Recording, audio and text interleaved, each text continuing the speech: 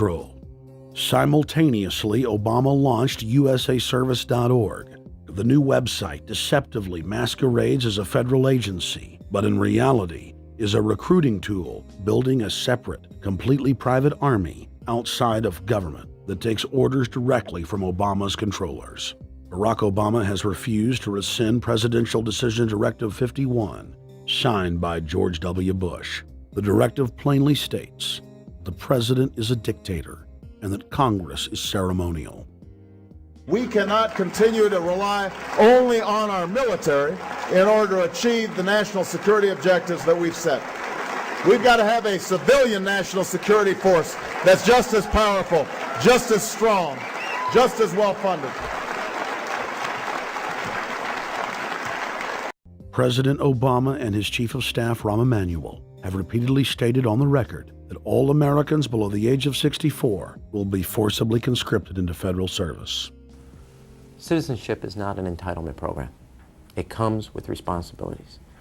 Everybody somewhere between the ages of 18 and 25 will serve 3 months of basic training and understanding in a kind of civil defense.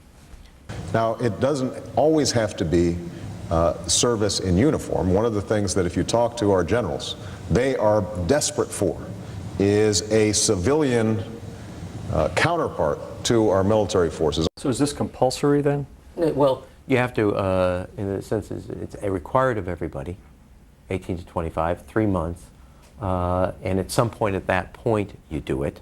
Obviously, I'm not going to say perfect legislation. We'll work that process through. You could do it during a college summer, or you could do it after Anytime. high school. If you have a demagogue with a fanatical mass movement of personality cultists who is imposing the program of a group of extreme bankers and finance oligarchs, that's fascism. Obama's transition site, change.gov, proclaimed that middle school and high school students will be forced to serve the federal government. Fascism is gutter up, streets up, hooligans, thugs, fervently idealistic students, swarming adolescents, just the kind of thing you see around Obama.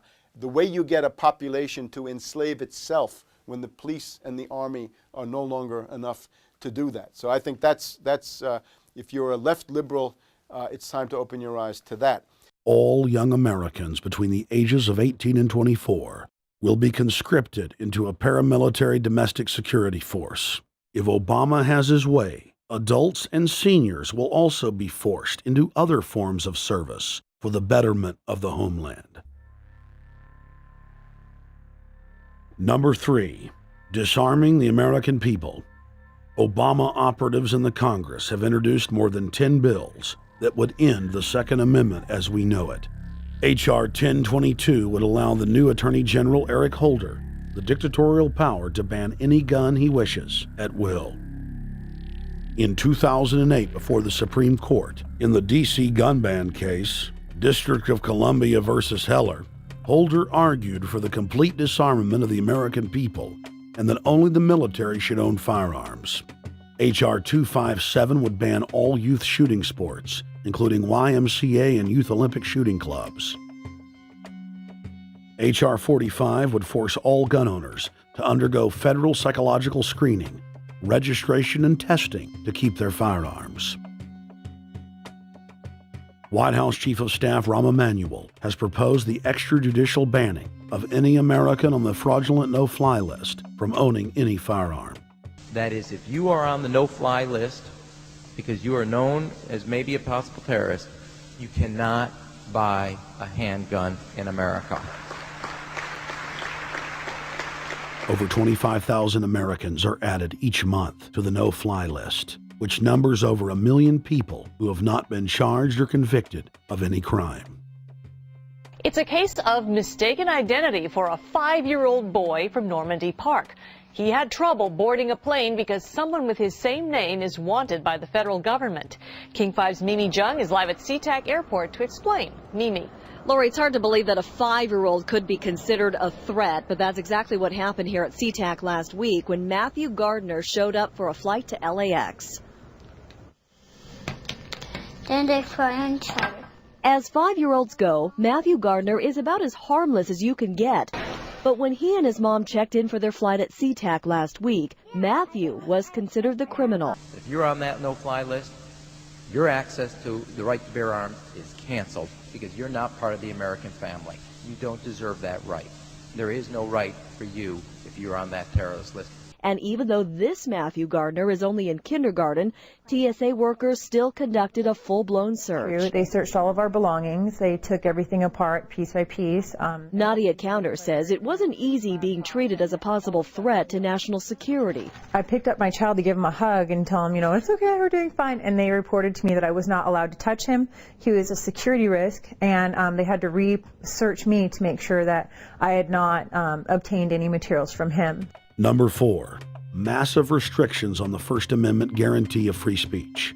The President, Congress, and the FCC have announced plans to not only curtail speech on talk radio and newspapers, but to also regulate speech on the internet through the Orwellian-named Fairness Doctrine. The Obama machine is also pressuring Congress to pass draconian hate speech laws that will eviscerate the First Amendment.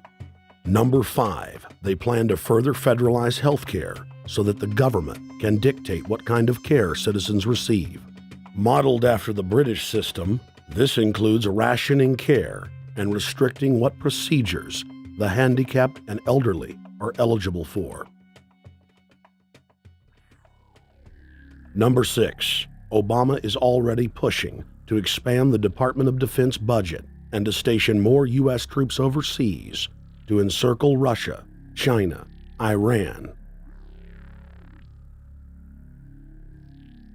as well as setting up bases in Africa under the pretext of humanitarian aid, and dominate and occupy Africa through AFRICOM.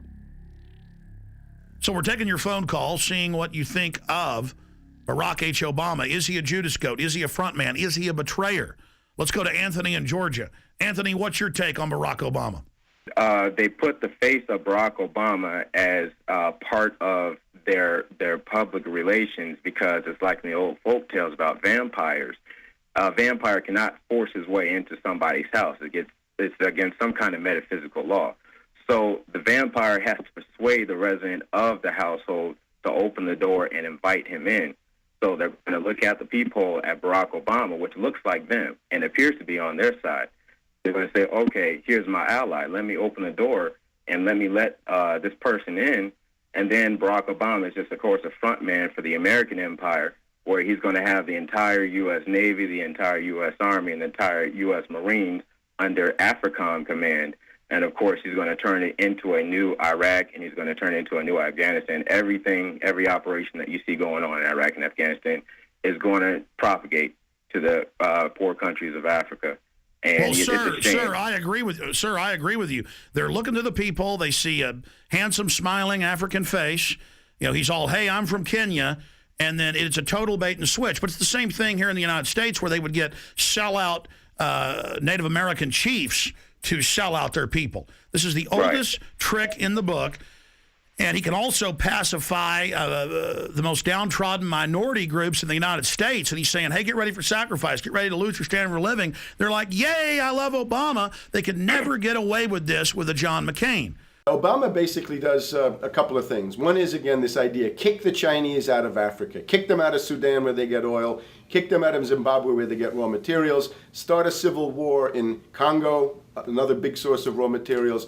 Al-Qaeda, an arm of the U.S. intelligence community, is now active in Algeria, Tunisia, Morocco. You've got a destabilization going on in Kenya around Odinga. That's Obama's cousin. This is a guy who has two children. They're Obama's niece and, nephew in a broad sense.